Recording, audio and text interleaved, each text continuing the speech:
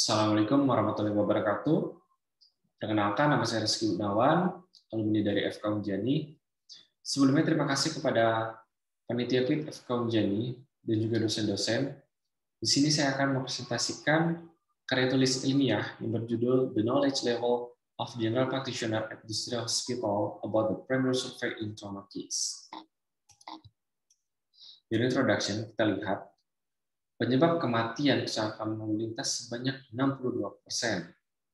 Dan rentang usia 10-24 tahun adalah meninggal akibat kecelakaan lalu lintas. Di Indonesia, usia 18-55 tahun, penyebab kematian akibat kecelakaan lalu lintas sebanyak 78%. Dan di Cimahi sendiri, penyebab kematian akibat kecelakaan lalu lintas sebanyak 4 orang per jamnya. Dan ini terjadi 500 kasus akibat kecelakaan lalu lintas dan 35%-nya adalah meninggal. Di sini kita akan melihat bagaimana pengetahuan dokter umum untuk mengatasi kecelakaan lalu lintas agar pasien ini tidak menjadi angka kematiannya semakin meningkat. Kita pengen melihat bagaimana tingkat pengetahuan primary survey dokter umum di Rumah Sakit Dustira. Kita lihat metodenya.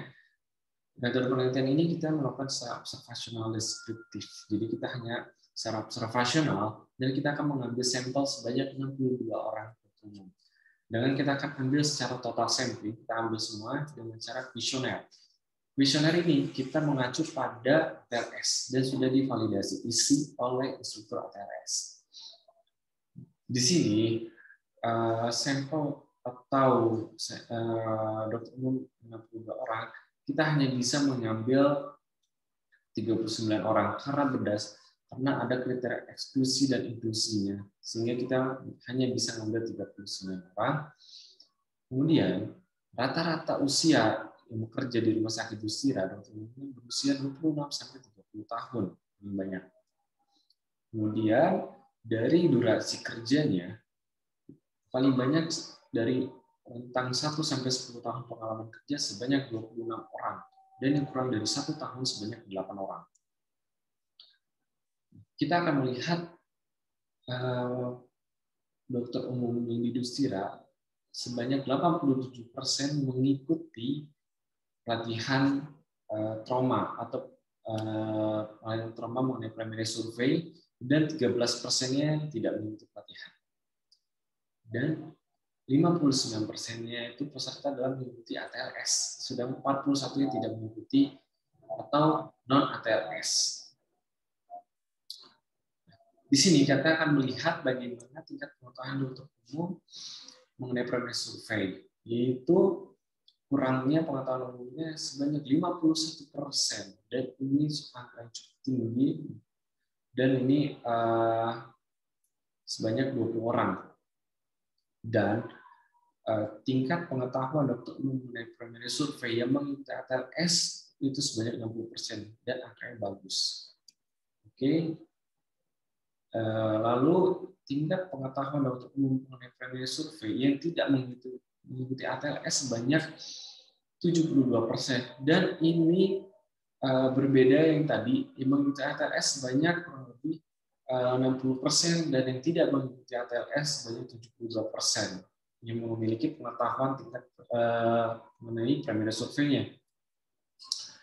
Nah, di sini kita lihat yang tidak mengikuti pelatihan itu sebanyak 5 orang, dan memiliki tingkat pengetahuan primary survey-nya kurang lebih 40%, itu 92 orang. Lalu di sini kita lihat, kita breakdown lagi dari ATLS, yaitu nama ada airway, breathing, circulation, disability, dan juga exposure. Kita lihat pertama tingkat pengetahuan airway-nya. Ternyata sebanyak 55% mengetahui tingkat pengetahuannya. Lalu dari breathing-nya, kita lihat bahwa sebanyak 46% mengetahui tingkat pengetahuan primary survey.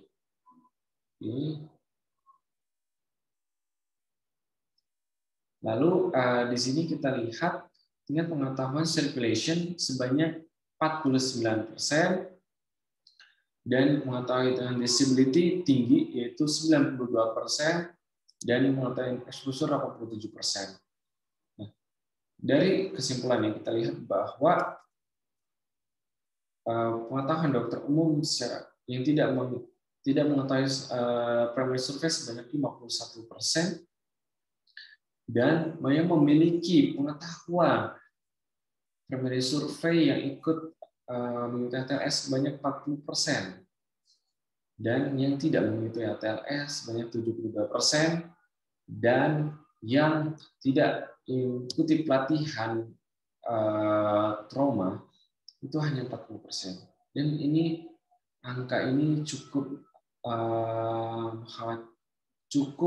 kurang cukup untuk membantu pasien yang kita lihat kasus insidensinya cukup banyak.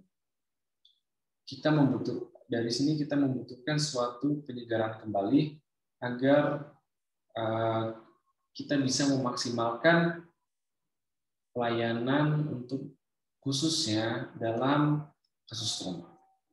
Oke, cukup sekian presentasi saya. Wassalamualaikum warahmatullahi wabarakatuh.